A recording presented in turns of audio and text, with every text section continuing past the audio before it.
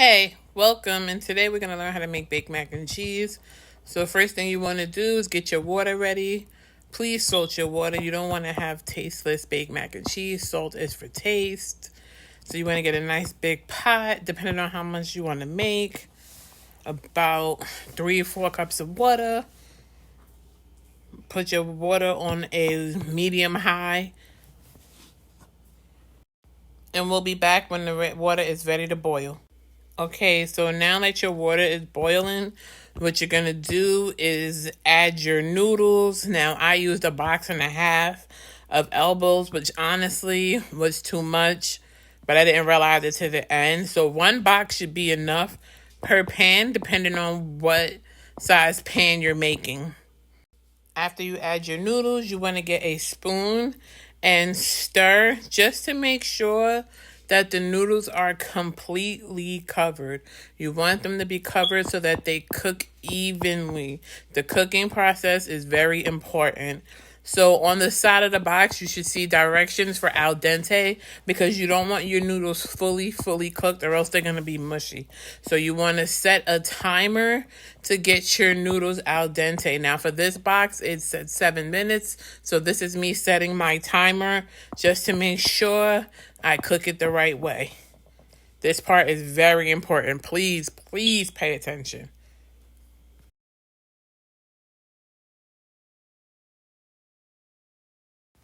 Okay, so here we have the milk and egg mixture. I'd say about maybe a cup, a half a cup of milk. It should be 2 eggs. Watch me make a mess. I couldn't even believe that happened. I was like, wait a minute. mistakes. I was just like, let me do this last egg real quick. Like, what in the world? So after that, then you're going to add some salt and black pepper. Had a little problem with the salt shaker. I was like, wait, it's not coming out. So I had to do the hand test just to make sure we were all good. Then we're going to add black pepper. We love black pepper in this house. This black pepper is a staple. Don't hate. Like I said, like Peach say, don't judge me, judge your mammy. We're going to stir it. You want the eggs to be completely, broken up.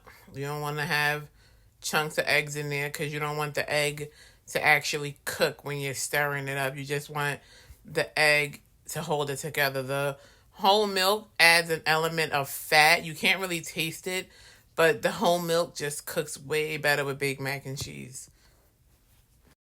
So once you're done stirring, this is exactly what it should look like. So now that we have drained the noodles, you're going to put it back in the pot and turn on a low medium heat. Add your egg and milk mixture in. Then we're going to add the cream cheese. This is the secret to making your mac and cheese creamy. That cream cheese, you don't really taste it. You don't taste the cream cheese at all. It just helps make it way creamier and it doesn't get dry. It comes out 10 times better. It is so good. This is like a secret ingredient in baked mac and cheese. Don't tell nobody I told y'all this now. I'm not supposed to be sharing this secret. Now, because I used a box and a half of elbows, I added a little more cream cheese than I normally do just to make sure we have enough. So I've just realized initially, yeah, child, I'm a stirring mess. I've been a mess this whole video. Don't mind me. It was a long day. I had to make cupcakes, pot roast, and a bunch of other stuff. It was just a whole entire mess with this video. So don't mind the dramatics of me stirring. But as I was saying, the cheeses I used in this video were Monterey Jack, extra sharp white cheddar, and extra sharp yellow cheddar. I prefer the brand Cabot. When I buy the cheeses, it's about $9-10 a block. I also shred my cheese. I hate shredded cheese because it's processed. If you're going to make baked mac and cheese, please have the decency to shred your own cheese. If you want it to taste like the way this tasted. If you want it to taste the right way. So you're just going to stir it Mix it all together. Watch what I'm about to do, y'all. Just watch. Just watch. Watch the mess that's about to happen. I was just like, I was over it at this point. Once this happened, I was over it. So at this point, we're adding some of the cheddar. Remember, this is freshly shredded. We're adding some of the cheddar. You're going to save half for when we put it in the pan. So you're going to mix that together with the cream cheese and everything else. You're going to see how creamy it turns out. You guys will see what I'm talking about. You can still see the cream cheese, which is fine. It'll just absorb and everything. That's the milk, the cream cheese, everything mixing together. Yeah, look at that mess. Now at this point, I already added the Monterey Jack and some of the white cheddar. I lost the footage because if you got an iPhone, you know what happens sometimes. Sorry, but this is me just continuing to mix it together till it gets the consistency and the look that I want. So it was looking good. So this is me tasting it to make sure I got the taste. You had to see the little dance I did. I was like, yep, that's it. That's it right there. Just need a little more stirring to melt a little bit more of that cheese. Get some of that, more of that cream cheese mixed in. Look at how good that looked. That is crazy and nice and creamy. It was so good. Now we're getting ready to put it in the pan, turn the stove off, give it a couple more stirs because I let it sit for like a minute just to absorb everything. And I was going to pour it in the pan, but I didn't have the right angle. I don't know. My brain really wasn't working when I was recording this. So I just started scooping it in. Now I scooped it in about halfway. You guys will see. This is just me literally scooping the mac and cheese. But you see that? You see how good that look? Oh my God. Just scooping, scoop, scoop, scoop. And also the oven is preheated to 350. Please preheat your ovens. Please preheat your ovens. That is very important to have it cooked the right way. So we're almost at the halfway mark. Okay, so we're basically halfway. So you're going to see me grab the pan of sharp white cheddar. At that point, I was making a layer in between. So this is me now filling the pan to the top. Yep, I finally had the angle I needed. The pan was too heavy before. That's what the problem was. So now I have the angle I needed, so I was able to fill it up to the top.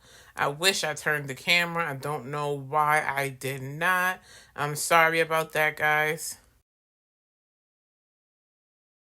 Oh, look who finally turned the camera. So now this is me spreading the cheese out at the top. I started with the yellow cheddar.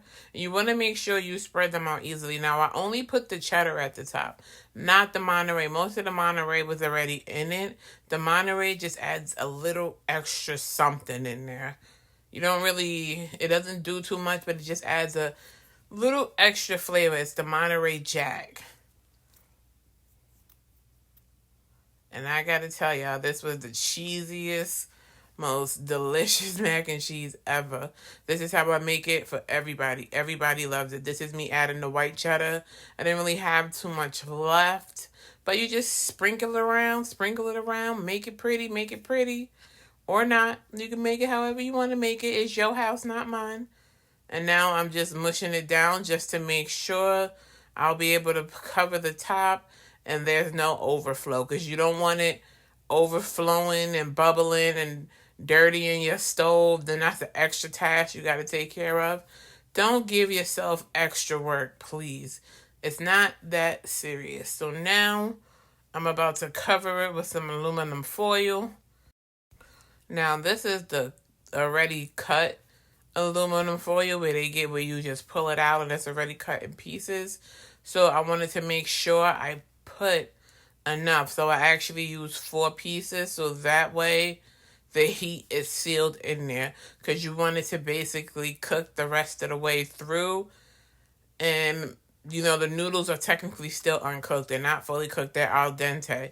So the cheese and everything is kind of what helps the noodles cook the rest of the way, to where your baked mac and cheese is not tasted. The noodles are not tasting overcooked. They'll be done just the right way. Sorry about the noise in the background. Somebody just turned the AC or the heat on. You never know in this house. Sorry about that. And now we're putting it in the oven. I would leave it in there for about 20 to 25 minutes and then uncover it. This is me actually uncovering it right here to check it. Now, I did put the foil back on it because it wasn't ready, or it wasn't up to my standards of where it needed to be to actually take it off. And this right here is how it looked when I took it out the oven.